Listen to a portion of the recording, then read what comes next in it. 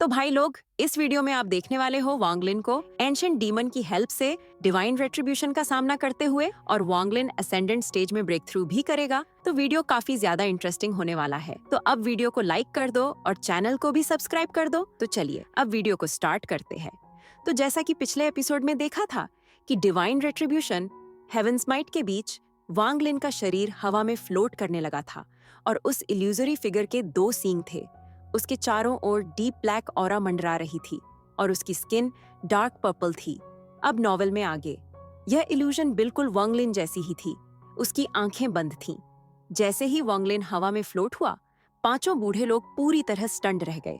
वे वांगलिन के पीछे खड़ी उस फैंटम को देख रहे थे और उनके चेहरों पर गहरा रिस्पेक्ट साफ झलक रहा था।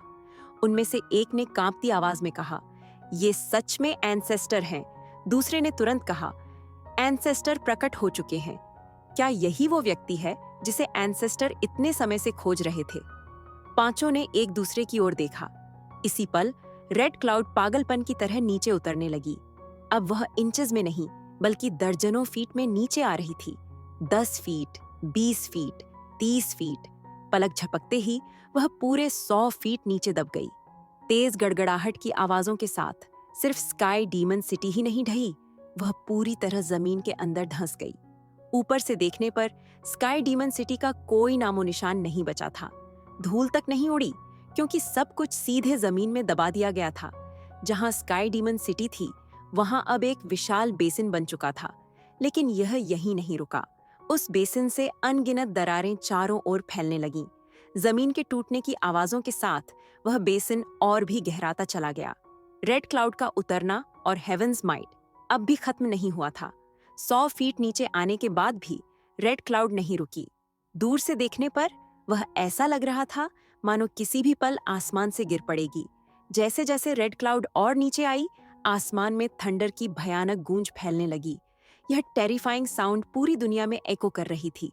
जमीन पर दरारें पागलपन की तरह फैल गईं। 5 किलोमीटर, 50 किलोमीटर, 500 किलोमीटर, 5000 किलोमीटर, इस पूरे क्षेत्र की जमीन टूटकर बिखर गई। टूटी हुई धरती दबाव के कारण तुरंत धूल में बदल गई। कभी चहल पहल से भरी स्काई डीमन सिटी अब पूरी तरह गायब हो चुकी थी। वांगलिन हवा में तैर रहा था। वह हेवेंस माइट के दबाव का बिल्कुल सेंटर था। उसका शरीर पूरी तरह स्थिर था, मानो वह गहरी नींद में सो गया हो। इसी पल मानो वांगलिन नींद से जाग उठा हो। उसने अचानक अपनी आंखें खोलीं और उसी क्षण उसके पीछे खड़े एंशिएंट डीमन फैंटम ने भी अपनी डिमोनिक आंखें खोल दी। ऐसा लग रहा था जैसे कोई मिस्टीरियस पावर उसके शरीर को कंट्रोल कर रही हो।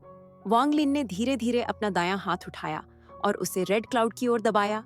उसी समय उसके पीछे खड़े एंशिएंट डीमन ने भी अपना विशाल दायां हाथ उठाया और आसमान की ओर दबाया।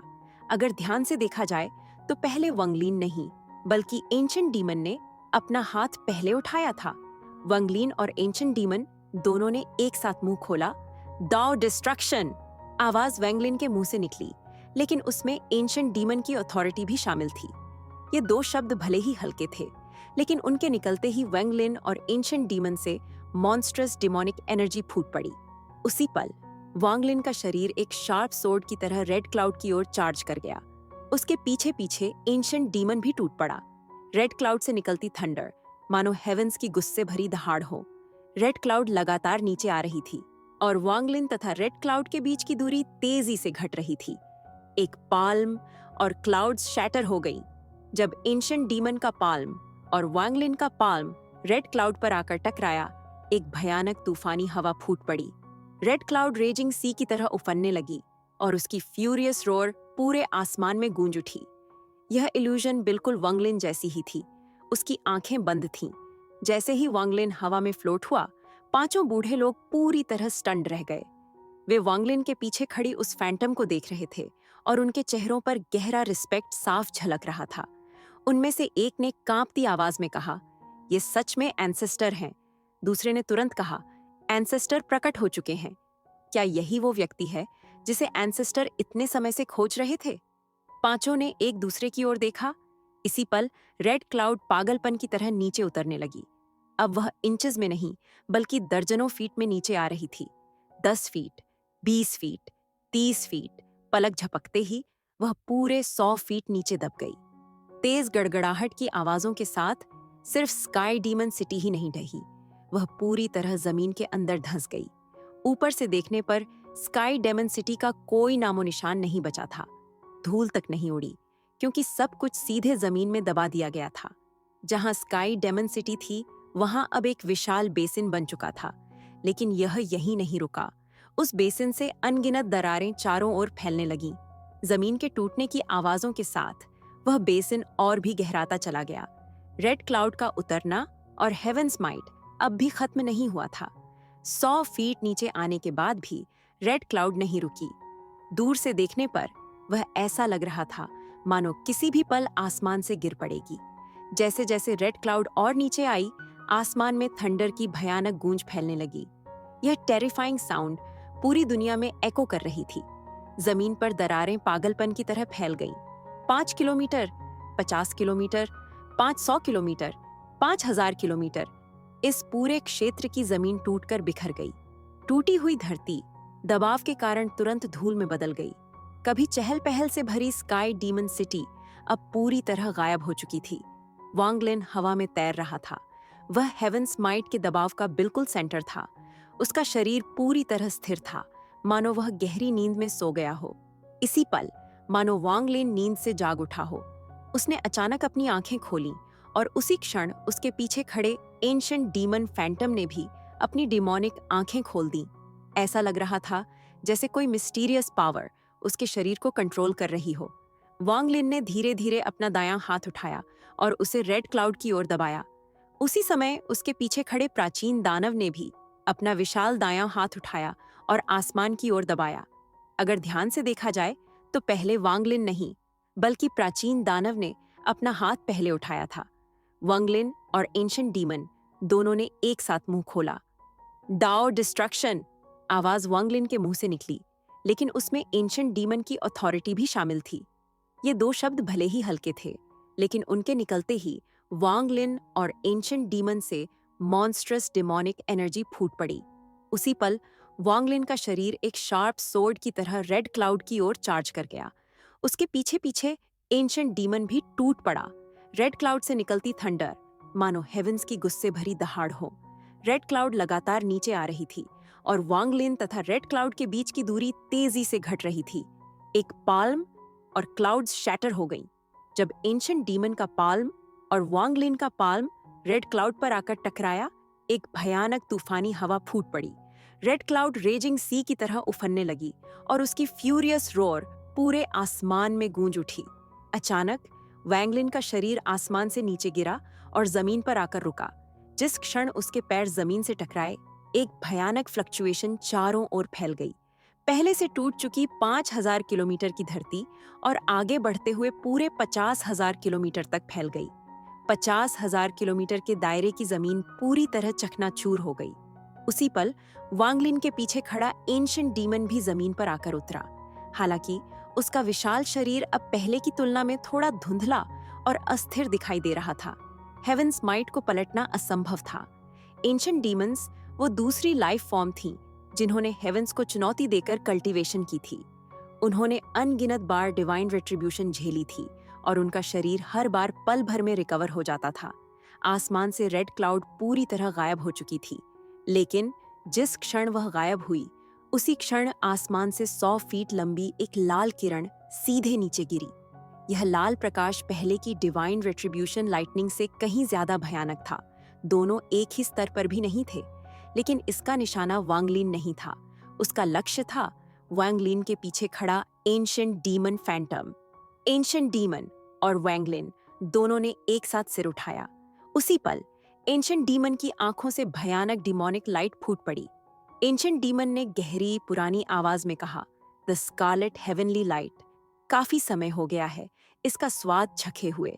जैसे ही लाल किरण नीचे गिरी, एंशिएंट डीमन हवा में उछला और उसने उस स्कारलेट हेवनली लाइट को सीधे निगल लिया। लाल प्रकाश उसके शरीर में घुसते ही बूम, एक ही सांस के भीतर एंशिएंट डीमन 10,000 बार टूटा और 10,000 बार फिर से बना। इस प्रक्रिया के दौरान उसका विशाल शरीर हवा में टिक नहीं पाया और जोर से जमीन पर आ गिरा। उसी के साथ उसे केंद्र बनाकर एक विशाल सर्कुलर शॉकवेव फैलने लगी। यह शॉकवेव 100 फीट से भी ऊंची थी और एक समुद्री लहर की तरह जमीन को रौंदते हुए आगे बढ़ी। एक पल में ही वह 5 किलोमीटर तक फैल गई और रुकने का नाम नहीं ले रही थी। भयानक गड़गड़ाहट चारों ओर गूंज उठी। 5 किलोमीटर के भीतर की जमीन एक बार फिर टूट गई और इस बार बना शॉकवेव पहले से 10 गुना ज्यादा बढ़ा। इसी क्षण 50 किलोमीटर के दायरे में मौजूद हर चीज उलट-पुलट हो गई और खंडहर में बदल गई। अब आसमान पूरी तरह शांत था। रेड क्लाउड पूरी तरह गायब हो चुकी थी और सब कुछ सामान्य लग रहा था। एनिन डैमन ने जोर से एक डकार ली। उसकी आंखों में थकावट झलकने लगी। फिर उसका शरीर हरे धुएं में बदल गया और हवा में बिखरकर गायब हो गया। लेकिन उसके गायब होने से पहले उसकी आवाज चारों दिशाओं में फैल गई। यह आवाज सिर्फ वांग लिन के लिए नहीं थी, बल्कि सबके लिए थी। एंशिएंट डीमन की गूंजती आवाज आई, 3 महीने बाद ड्रैगन लेक पर मुझसे मिलने आना। एंशिएंट डीमन के पूरी तरह गायब होते ही वांग लिन ने एक कदम आगे बढ़ाया और वह भी हवा में विलीन हो गया। हल्की हवा चली। खंडहरों के बीच से 5 बूढ़े आदमी बाहर निकले। उन्होंने एक दूसरे की ओर देखा। अचानक एक बूढ़े ने गुस्से में दहाड़ लगाई, ये बदनसीब डिवाइन रेट्रिब्यूशन! युनदोन, तुम हरामी, इधर आओ! दूसरे ने और ऊंची आवाज में चिल्लाया, युनदोन, तुरंत सामने आओ! तीसरे ने धमकी देते हुए कहा, अगर 3 सांसों के भीतर दिखाई नहीं दिए तो मैं तुम्हें ड्रैगन लेक में फेंककर 100 साल के लिए सील कर दूंगा। जैसे ही एक ने चिल्लाना शुरू किया, बाकी चारों भी पूरी ताकत से गरजने लगे। उनकी आवाजें थंडर की तरह गूंज उठीं। तभी खंडहरों के बीच से एक परछाई तेजी से निकली। उसने बूढ़ों की गालियां सुनी और उसके चेहरे पर एक कड़वी मुस्कान आई। अगले ही पल वह गायब हुआ और इंपीरियल सिटी के स्क्वायर में प्रकट हुआ। उस युवक ने तुरंत झुककर कहा, पोते युनदुन की ओर से 5 दादा पूर्वजों को प्रणाम।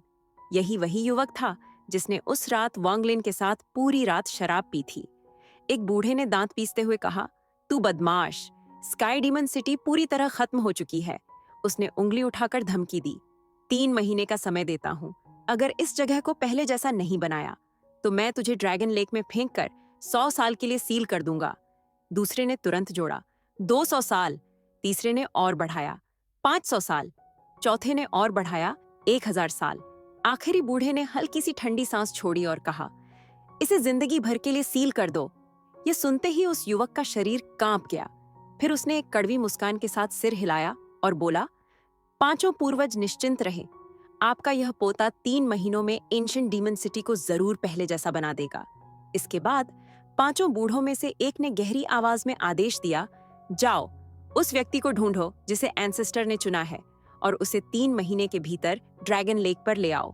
इतना कहकर 5 बूढ़ों ने एक बार खंडहरों की ओर देखा और फिर सब के सब गायब हो गए। जब वांग लिन दोबारा प्रकट हुआ, वह पहले से 5000 किलोमीटर से भी ज्यादा दूर था। उसने तुरंत अपनी डिवाइन सेंस फैलाई, फिर एक गहरी सांस ली, स्टोरेज बैग को छुआ और उसके अंदर से एक टोकन निकाला। यही वही टोकन था जिससे उस रहस्यमयी केव में प्रवेश किया जा सकता था। इस वस्तु के रहते वह किसी भी समय उस केव में जा सकता था। वांग लिन ने टोकन में छोड़ी गई जानकारी के अनुसार सिंबल्स बनाए। अगले ही पल टोकन से सफेद रोशनी निकली जिसने वांग लिन को पूरी तरह घेर लिया और वह गायब हो गया। वह एक बार फिर उन प्लेटफॉर्म्स पर लौट आया जो रिवियर्ड ड्रैगन्स से जुड़े हुए थे। जैसे ही वह प्रकट हुआ, बिना रुके सीधे केव की ओर दौड़ पड़ा। डिवाइन रेट्रिब्यूशन के खत्म होते ही वांग लिन ने महसूस किया कि उसका डोमेन अब कंप्लीट हो चुका था और धीरे धीरे उसकी सेलेस्टियल स्पिरिचुअल एनर्जी के साथ फ्यूज हो रहा था। यह एहसास होते ही उसका दिल हिल गया। असेंडेंट का लाइफ एंड डेथ ट्रायल, इसमें अगर जरा सी भी गलती हुई तो न सिर्फ उसकी पूरी कल्टीवेशन बर्बाद हो जाएगी, बल्कि उसकी ओरिजिन सोल भी कोलैप्स कर सकती थी। हालांकि उसे नहीं पता था कि इसका बाहर मौजूद एंशिएंट गॉड बॉडी पर क्या असर पड़ेगा, लेकिन वह यह जोखिम लेने को तैयार नहीं था। असेंडेंट स्टेज एक ऐसा ट्रायल था जिसे सबसे सुरक्षित जगह पर पूरा करना जरूरी था, जहां कोई भी एक्सटर्नल इंटरफेरेंस न हो, और यह केव बिल्कुल वही जगह थी। वांग लिन बेहद तेजी से एक प्लेटफॉर्म से दूसरे प्लेटफॉर्म को पार करता गया। आखिरकार वह केव के बाहर पहुंचा। बिना रुके वह अंदर चला गया। वह सीधे उस पवेलियन की ओर गया जहां पहले उसने वाइन जग पाया था। वहां पहुंचते ही उसने लोटस पोजीशन में बैठकर गहरी सांस ली। फिर उसने स्टोरेज बैग पर हाथ मारा। उसके बैग में ज्यादा सेलेस्टियल जेड्स नहीं बचे थे। आखिर डिवाइन रिट्रीब्यूशन के दौरान उसने बहुत से जेड्स खर्च कर दिए थे। उसने बैग को झटका दिया। तुरंत ही सारे सेलेस्टियल जेड्स बाहर निकल आए। पवेलियन की जमीन सेलेस्टियल जेड्स से भर गई, मानो एक छोटा सा पहाड़ बन गया हो। इतने सारे सेलेस्टियल जेड्स देखकर वांग लिन की आंखों में चमक आ गई। फिर उसने बैग से एक और चीज निकाली। यह एक फिंगरनेल के आकार का लाल क्रिस्टल था। जिस पल यह क्रिस्टल बाहर आया, आसपास की सेलेस्टियल स्पिरिचुअल एनर्जी तक ठहर सी गई, मानो समय एक पल के लिए रुक गया हो। उस क्रिस्टल से हल्की सी हेवेंस माइट महसूस हो रही थी। वांग लिन ने धीमी आवाज में कहा, एसेंडेंट क्रिस्टल, यह मुझे सीनियर ज़ो यी ने दिया था। उसने गहरी सांस ली और आगे कहा, अगर आज मैं असेंडेंट स्टेज तक पहुंच गया तो मैं सीनियर के प्रति अपने जीवन भर का एहसान नहीं भूलूंगा। यह कहते ही उसने क्रिस्टल को निगल लिया। सब कुछ करने के बाद वांग लिन ने आंखें बंद कर लीं। उसका डोमेन और सेलेस्टियल स्पिरिचुअल एनर्जी धीरे धीरे फ्यूज होने लगे। समय चुपचाप बीतता गया। वांग लिन का चेहरा अब भी शांत था, बिल्कुल स्थिर पानी की तरह, बिना किसी लहर के। आसपास पड़े सेलेस्टियल जेड्स धीरे धीरे कंज्यूम होते गए और धूल में बदलते चले गए। असीम सेलेस्टियल स्पिरिचुअल एनर्जी उसके शरीर में समाती चली गई। जब कोई असेंडेंट स्टेज तक पहुंचता है तो उसकी ओरिजिन सोल के भीतर एक असेंडेंट क्रिस्टल बनता है। यह क्रिस्टल ओरिजिन सोल का दिल होता है। ज़ो यी का असेंडेंट क्रिस्टल वांग लिन के लिए एक सेकंड हार्ट बन चुका था। इसी दौरान स्काई डीमन सिटी ने तेजी से खुद को रिकवर करना शुरू कर दिया। स्काई डीमन कंट्री के हर कोने से डीमन सोल्जर्स जमा होने लगे, एंशिएंट डीमन सिटी को फिर से बनाने के लिए। और बहुत दूर, एक अनजानी दूरी पर स्थित एंशिएंट बैटलफील्ड के ब्लैक टावर में, टावर के टॉप पर खड़े ब्लैक आर्मर के हेलमेट के भीतर दो गोस्टली लाइट्स चमक उठी। एक भारी ठंडी आवाज गूंजी, एंशिएंट डीमन तक ने डिवाइन रिट्रीब्यूशन झेलने में तुम्हारी मदद की। तुम्हें ऐसे ही अब्सॉर्ब कर लेना वाकई अफसोस की बात है, लेकिन अगर यह मौका हाथ से निकल गया तो पता नहीं मुझे फिर कितना इंतजार करना पड़े। असेंडेंट की शक्ति भले ही बहुत ज्यादा ना हो, लेकिन मैं इसे छोड़ नहीं सकता। डोमेन और सेलेस्टियल स्पिरिचुअल एनर्जी का फ्यूजन एक बर्निंग प्रोसेस था। सेलेस्टियल स्पिरिचुअल एनर्जी फ्यूल की तरह काम कर रही थी और उसी फ्लेम में रिफाइन हुआ डोमेन आखिरकार असेंडेंट क्रिस्टल में बदल रहा था। जिस पल असेंडेंट क्रिस्टल बनता है, उस पल ऐसा महसूस होता है मानो इंसान कुछ भी नहीं रह गया हो और उसकी सोल हेवेंस और अर्थ के बीच भटक रही हो। ये फीलिंग बेहद रेयर होती है और इसे असेंडेंट एनलाइटनमेंट कहा जाता है। नॉर्मली कल्टीवेशन प्लैनेट पर कल्टीवेटर्स सबसे पहले इसी कॉम्प्रिहेंशन के पल का इस्तेमाल करके अपनी सोल पीस को कल्टीवेशन प्लैनेट क्रिस्टल से वापस खींचने की कोशिश करते हैं। हालांकि चांस सिर्फ 50% होता है, फिर भी उन्हें कोशिश करनी ही पड़ती है। वांग लिन पहले ही अपनी सोल पीस रिकवर कर चुका था, इसलिए उसे ऐसा करने की जरूरत नहीं थी। इस समय उसके बैग में मौजूद सारे सेलेस्टियल जेड्स पहले ही उसके चारों ओर रखे जा चुके थे। जेड से आखिरी सेलेस्टियल स्पिरिचुअल एनर्जी निचोड़ ली गई थी और वे डस्ट में बदल चुके थे। यहाँ कोई हवा नहीं थी, इसलिए डस्ट उड़ नहीं रही थी, बल्कि जमीन पर ही जमा हो रही थी। बड़ी मात्रा में सेलेस्टियल स्पिरिचुअल एनर्जी वांग लिन के पोर्स के जरिए उसके शरीर में घुसी और तेजी से उसकी मेरिडियंस में दौड़ने लगी। इसके बाद वही सेलेस्टियल स्पिरिचुअल एनर्जी उसकी ओरिजिन सोल के भीतर मौजूद लाइफ एंड डेथ डोमेन के चारों ओर इकट्ठा हो गई। वांग लिन के शरीर के भीतर एक सेल्फ रिफाइनिंग प्रोसेस लगातार चल रहा था। उसके शरीर के अंदर एक भयानक फायर स्टॉर्म मचा हुआ था और उसका शरीर अर्थ शैटरिंग चेंजेस से गुजर रहा था। उसकी ओरिजिन सोल एक विशाल कोकून की तरह थी। डोमेन उस कोकून के अंदर मौजूद लाइफ था और सेलेस्टियल स्पिरिचुअल एनर्जी कोकून के बाहर रेजिंग फायर की तरह थी। जितनी ज्यादा फ्लेम्स तेज होती, कोकून उतना ही ज्यादा लाइवली हो जाता और उसके अंदर मौजूद डोमेन उतना ही ज्यादा कोकून के साथ फ्यूज होता जाता। सेलेस्टियल स्पिरिचुअल एनर्जी और डोमेन के फ्यूजन का मकसद आखिरकार डोमेन को ओरिजिन सोल के साथ पूरी तरह फ्यूज करना था। उस पॉइंट के बाद डोमेन और ओरिजिन सोल में कोई फर्क नहीं रहता। ओरिजिन सोल ही डोमेन बन जाती और डोमेन ही ओरिजिन सोल बन जाता। कोकून के बाहर की आग और भी ज्यादा तेज जलने लगी। जब भी फ्लेम थोड़ी कमजोर पड़ती, बाहर से और सेलेस्टियल स्पिरिचुअल एनर्जी सर्ज होकर आती। यह ठीक ऐसा था जैसे आग में ड्राई गैस डाल दी जाए, जिससे वह और ज्यादा भड़क उठे। यह सेलेस्टियल फ्लेम वैंग लीन के शरीर के अंदर तेजी से जल रही थी। यह फ्लेम दिखाई नहीं देती थी, इसलिए नेकेड आई से कुछ नजर नहीं आता था, लेकिन अगर कोई डिवाइन सेंस का इस्तेमाल करता तो वह साफ देख पाता कि वैंग लीन के शरीर से एक अद्भुत फ्लेम निकल रही है। Seek Dao in the morning and die by night, यह बात हर असेंडेंट कल्टीवेटर जानता है, और इसका गहरा संबंध इसी फ्लेम से है।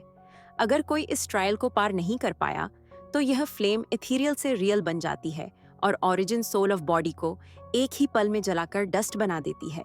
फ्लेम के अंदर मौजूद ओरिजिन कोकून अब और भी ज्यादा अलाइव हो चुका था, और कोकून के भीतर मौजूद लाइफ एंड डेथ स्क्रोल भी बदलने लगी थी। ऐसा लग रहा था मानो वह पिघलकर कोकून के साथ फ्यूज होने वाली हो। समय धीरे धीरे बीतता गया, लेकिन सेलेस्टियल फ्लेम बिल्कुल भी कमजोर नहीं पड़ी। जितनी ज्यादा सेलेस्टियल स्पिरिचुअल एनर्जी डाली जाती, आग उतनी ही ज्यादा तेज जलती जाती।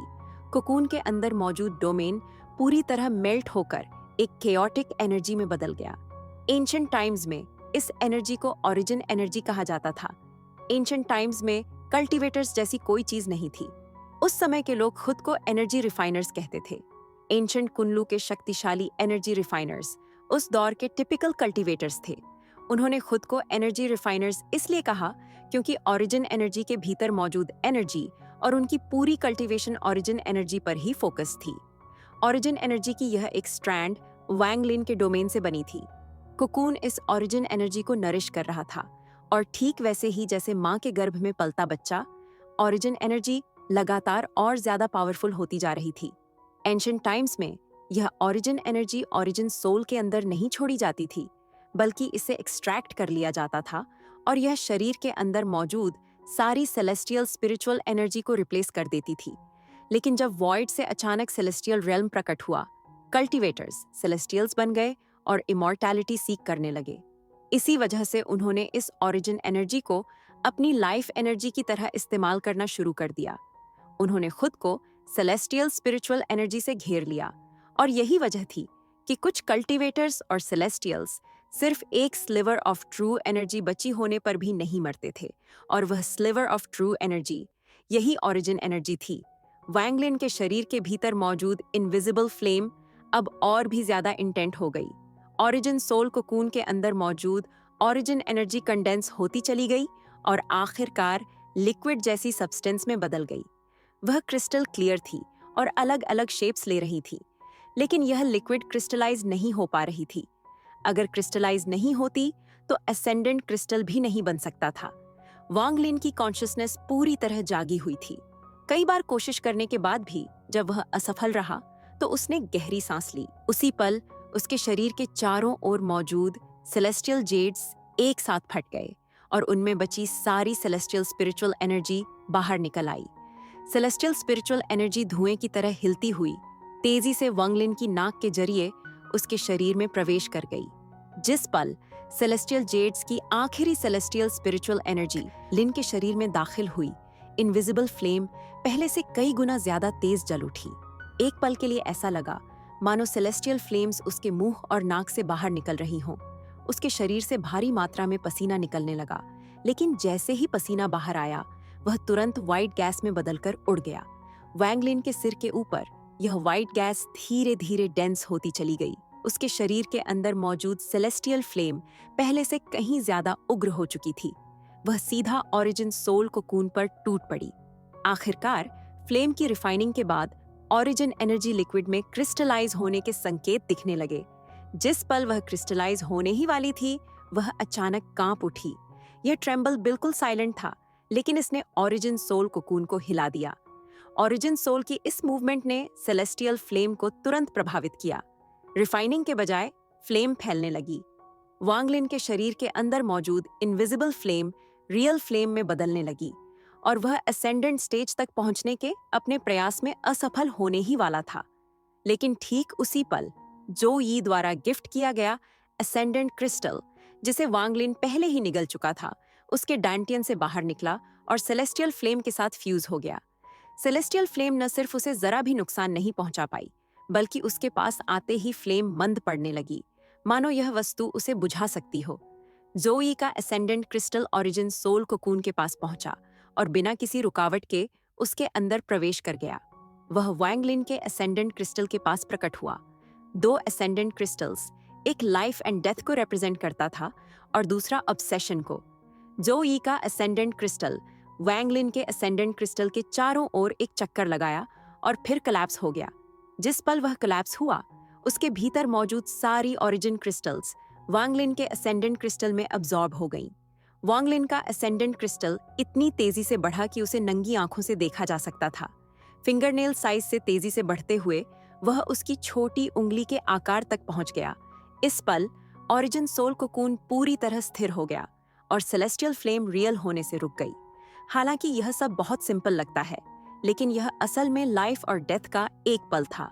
जोई के असेंडेंट क्रिस्टल से ओरिजिन एनर्जी अब्सॉर्ब करने के बाद वांगलिन का असेंडेंट क्रिस्टल पूरी तरह शेप ले चुका था। उसी समय ओरिजिन सोल कोकून तेजी से सिकुड़ने लगा और असेंडेंट क्रिस्टल को लपेट लिया। ओरिजिन सोल कोकून के अंदर धीरे धीरे एक नई ऑरा बननी शुरू हो गई। यह प्रोसेस काफी लंबे समय तक चला। वांगलिन उस केव के अंदर लोटस पोजीशन में बैठा हुआ था। वह बिल्कुल भी हिला नहीं, मानो वह हमेशा से वहीं बैठा हो। बाहर की दुनिया में समय तेजी से बीत चुका था। स्काई डीमन कंट्री में स्काई डीमन सिटी 10 साल पहले ही दोबारा बन चुकी थी। उसका साइज और स्कोप पहले जैसा ही था। इंपीरियल पैलेस अब भी मजबूती से खड़ा था और वह विशाल स्क्वायर भी पूरी तरह वापस आ चुका था। स्क्वायर के बीचों बीच वह जायंट डीमन ड्रम भी अब तक वहीं मौजूद था। 10 साल का समय मानो एक ही पल में गुजर गया। स्काई डीमन सिटी के रेजिडेंट्स 10 साल पहले आई उस भयानक कैटेस्ट्रॉफी से तो बच गए थे, लेकिन जो कुछ उन्होंने देखा था वह उनकी पूरी जिंदगी में कभी नहीं मिटने वाली याद बन चुका था। स्काई डीमन सिटी में वांगलिन नाम के कल्टीवेटर की रूमर्स अब भी लगातार फैल रही थीं। वह बोट अब वहां नहीं थी और बोट के लोग भी पूरी तरह गायब हो चुके थे। अब कोई जिदर बजाने वाला भी नहीं बचा था। वह यंग मैन जिसने कभी वांगलिन के साथ बैठकर वाइन पी थी, इस समय इंपीरियल पैलेस के एक पवेलियन के ऊपर खड़ा था। उसके पास एक लड़की खड़ी थी। वह बेहद सुंदर थी, लेकिन उसके चेहरे पर एक मिस्चीवस एक्सप्रेशन था। अगर सूलिगो यहाँ होता और उस लड़की को देख लेता, तो वह लार टपकाते हुए उस पर झपट पड़ता और जोर से चिल्लाता, लिटिल ब्यूटी, तुम्हारा बिग ब्रदर शू वापस आ गया। उस यंग मैन ने गहरी सांस ली और धीमे से बुदबुदाया, अजीब है, उस छोटे लड़के को गायब हुए पूरे 10 साल हो चुके हैं। 5 एंसेस्टर्स ने मिलकर डिवाइन सेंस से खोजा, फिर भी उसका कोई ट्रेस नहीं मिला। ऐसा लगता है जैसे वह इस डीमन स्पिरिट लैंड को ही छोड़कर चला गया हो। स्काई डीमन सिटी की कैपिटल। सिटी के फिर से बनने के बाद पूर्वी हिस्से में एक बेहद शानदार मैंशन बनाया गया था।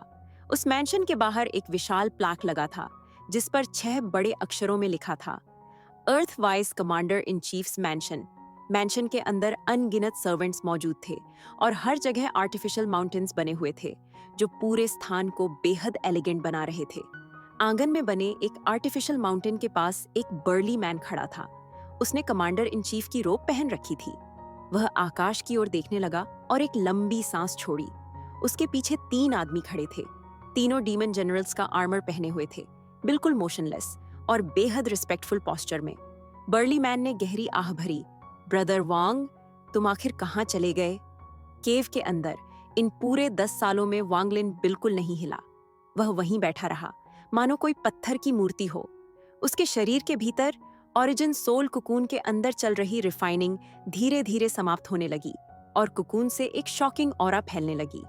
पता नहीं कितना समय बीत चुका था, तभी ओरिजिन सोल कुकून पर एक बेहद पतली क्रैक उभरी। क्रैक लगभग दिखाई न देने लायक थी और कुकून हल्के से स्प्लिट होने लगा। थोड़ी ही देर में एक और क्रैक दिखाई दी। फिर धीरे धीरे पूरे कुकून पर दरारें फैलने लगीं। आखिरकार पूरा ओरिजिन सोल कुकून पूरी तरह चूर चूर होकर टूट गया। जिस पल कुकून टूटा, उसके अंदर से ग्रे लाइट की किरणें फूट पड़ीं। फिर एक न्यूली बॉर्न ओरिजिन सोल धीरे धीरे कुकून के भीतर से बाहर निकली। यह ओरिजिन सोल अब ट्रांसपेरेंट नहीं थी, यह पूरी तरह सॉलिड थी, लगभग फ्लैश जैसी। ओरिजिन सोल के भीतर असेंडेंट क्रिस्टल धीरे धीरे घूम रहा था। असेंडेंट कल्टीवेटर के लिए ओरिजिन सोल ही उसका डोमेन होता है। यही वह वास्तविक अवस्था है जब डोमेन पूरी तरह शरीर के भीतर प्रवेश करता है। ओरिजिन सोल बाहर आने के बाद टूटा हुआ कोकून तुरंत ओरिजिन सोल के लिए नरिशमेंट में बदल गया और ओरिजिन सोल ने उसे अब्सॉर्ब कर लिया। जब सब कुछ अब्सॉर्ब हो गया, ओरिजिन सोल लोटस पोजीशन में बैठ गई। जिस क्षण ओरिजिन सोल बैठी, वांग लिन का शरीर हल्के से कांप उठा और पूरे 10 सालों बाद उसने पहली बार अपनी आंखें खोली। वांग लिन ने धीमे स्वर में कहा, असेंडेंट। उसकी आंखें पहले से कहीं ज्यादा तेज चमक उठी। 700 साल की कल्टीवेशन के बाद आखिरकार वह असेंडेंट स्टेज तक पहुंच चुका था।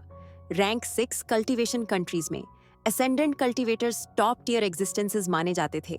यहाँ तक कि रैंक 7 कल्टीवेशन कंट्रीज में भी असेंडेंट कल्टीवेटर्स अब भी पावरफुल एक्सपर्ट्स कहलाते थे। वांग लिन पूरे 10 साल तक असेंडेंट एनलाइटनमेंट में रहा था और इस दौरान उसने और भी कई महत्वपूर्ण उपलब्धियां प्राप्त किए थे। और दोस्तों, इसी के साथ यह एपिसोड यही खत्म होता है। और अगर आपको इसके आगे का भी एपिसोड चाहिए तो वीडियो को लाइक और चैनल को सब्सक्राइब कीजिए।